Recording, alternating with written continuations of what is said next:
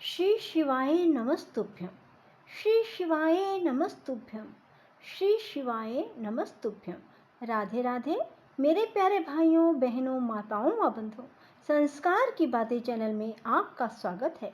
बंधुओं, आज बैसाख मास बड़ा सोमवार मैं आपको सुना रही हूँ शिव महापुराण की कथा। बंधुओं, जो मनुष्य भी सोमवार के दिन शिव महापुराण की इस कथा को सुनेंगे, भगवान शिव की कृपा का प्रसाद ग्रहण करेंगे। बंधुओं, पूर्ण विश्वास के साथ शिव महापुराण की कथा को सुने।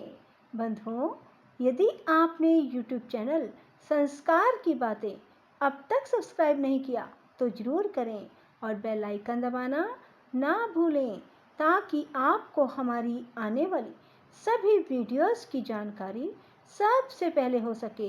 बोलो शिव शंकर भोलेनाथ की जय हो। सनत कुमार जी कहते हैं, हे मुने, शंखचूड़ के ये सकाम वचन सुनकर तुलसी ने उससे कहा। तुलसी बोली, मैं धर्मध्वज की तपस्विनी कन्या हूँ, यहाँ तपोवन में तप कर रही हूँ। आप कौन हैं? सुखपूर्वक अपने अभिष्ठान को चले जाइए, क्योंकि नारी जाति ब्रह्मा आदि को भी मोह में डाल देने वाली होती है। यह विषतुल्य, निंदनीय, दोष उत्पन्न करने वाली, माया रूपिणी तथा विचारशीलों को भी श्रृंखला के समान जकड़ लेने वाली होती है। सनत कुमार जी कहते हैं, महर्षि, तुलसी जब इस प्रकार रस भरी बातें कहकर चुप हो गई, तब उसे मुस्कुराती देखकर शंखचूड़ ने भी कहना आरंभ किया। शंखचूड़ बोला, देवी, तुमने जो बात कही है वह सारी की सारी मिथ्या हो। ऐसी बात नहीं है, इसमें कुछ सत्य है और कुछ असत्य भी। इसका विवरण मुझसे सुनो। शोभने, जगत में जितनी पतिव्रता नारियां हैं उनमें तुम अग्रणी हो। मेरा तो ऐसा विचार है कि जैसे मैं पाप बुद्धि कामी नहीं हूँ, उसी प्रकार तुम भी काम पराधीना नहीं हो। फिर भी इस समय मैं ब्रह्मा जी की आज्ञा से तुम्हारे समीप आया हूँ और गांधर्व विवाह की विधि से तुम्हें ग्रहण करूंगा। भद्रे, क्या तुम मुझे नहीं जानती हो, अथवा तुमने कभी मेरा नाम भी नहीं सुना है? अरे, देवताओं में भगदड़ डालने वाला शंखचूड़ मैं ही हूँ। मैं दनु का वंशज और दंभ नामक दानव का पुत्र हूँ। पूर्व काल में मैं श्री हरि का पार्षद था। मेरा नाम सुदामा गोप था।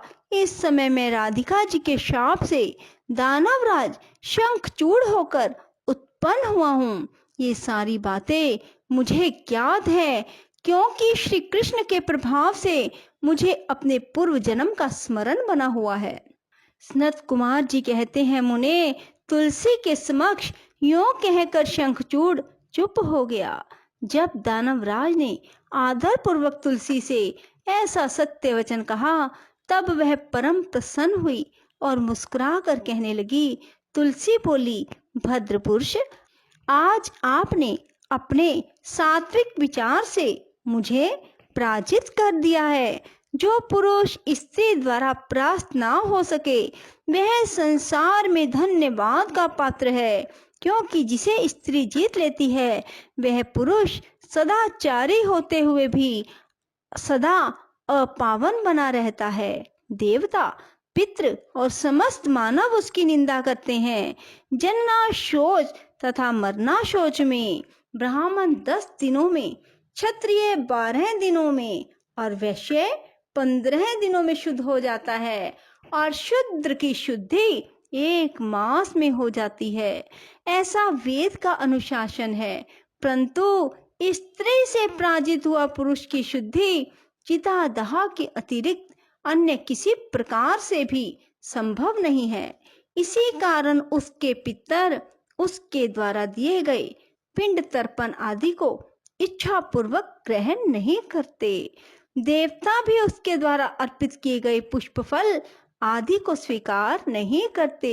जिसका मन स्त्रियों द्वारा आहत हो जाता है, उसके ज्ञान, उत्तम तप, जप, होम, पूजन, विद्या और दान से क्या लाभ, अर्थात उसके सभी निष्फल हो जाते हैं। मैंने आपके विद्या, प्रभाव और ज्ञान की जानकारी के लिए ही आपकी परीक्षा ली है, क्योंकि कामने को चाहिए कि वह अपने मनोनीत कांत की परीक्षा करके ही उसे पति रूप में वरण करे।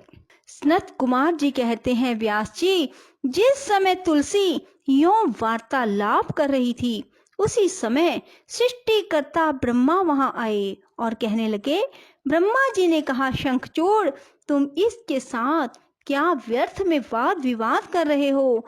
तुम गांधर्व विवाह की विधि से इसका पानी ग्रहण करो, क्योंकि निश्चय ही तुम पुरुष रतन हो। यह सती साध्वी नारियों में रतन स्वरूपा है।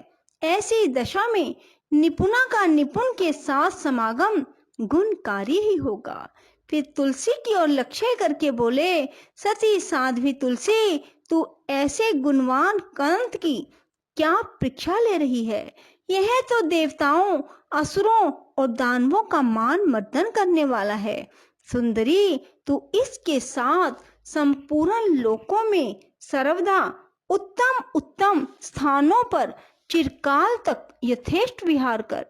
शरीर अंत होने पर यह पुनः गोलोक में श्री कृष्ण को प्राप्त होगा और इसकी मृत्यु हो जाने पर तू भी वैकुंठ में चतुर्भुज भगवान को प्राप्त करेगी। सनत कुमार जी कहते हैं, मुने, इस प्रकार आशीर्वाद देकर ब्रह्मा अपने धाम को चले गए। तब दानव शंखचूड़ ने गंधर्व विवाह की विधि से तुलसी का पानी ग्रहण किया।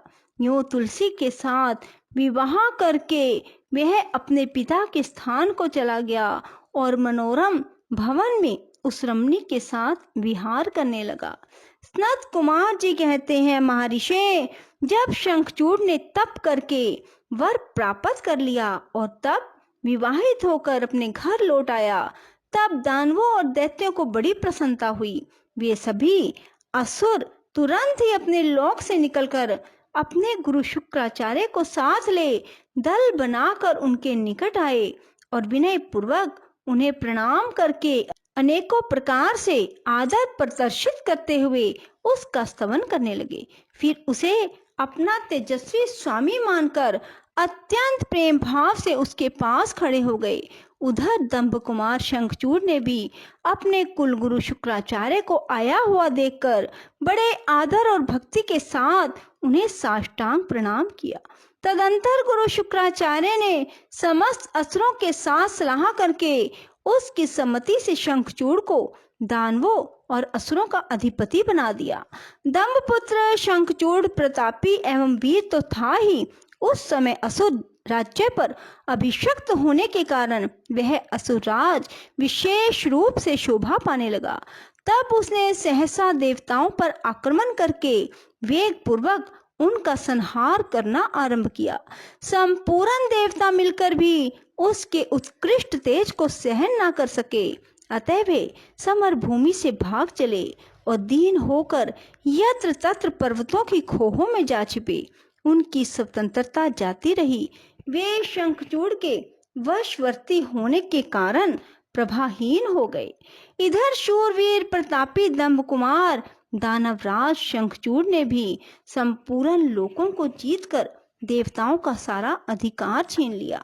वह त्रिलोकी को अपने अधीन करके संपूर्ण लोकों पर शासन करने लगा और स्वयं इंद्र बनकर सारे यज्ञ भागों को हड़पने लगा तथा अपनी शक्ति से कुबेर, सोम, सूर्य, अग्नि, यम और वायु आदि के अधिकारों का भी पालन करने लगा। उस समय महान बल पराक्रम से संपन्न महावीर शंखचूड़ समस्त देवताओं, असुरों, दानवों, राक्षसों, गंधर्वों, नागों, किन्नरों, मनुष्यों तथा त्रिलोकी के अन्य अन्य प्राणियों का एकछत्र सम्राट था।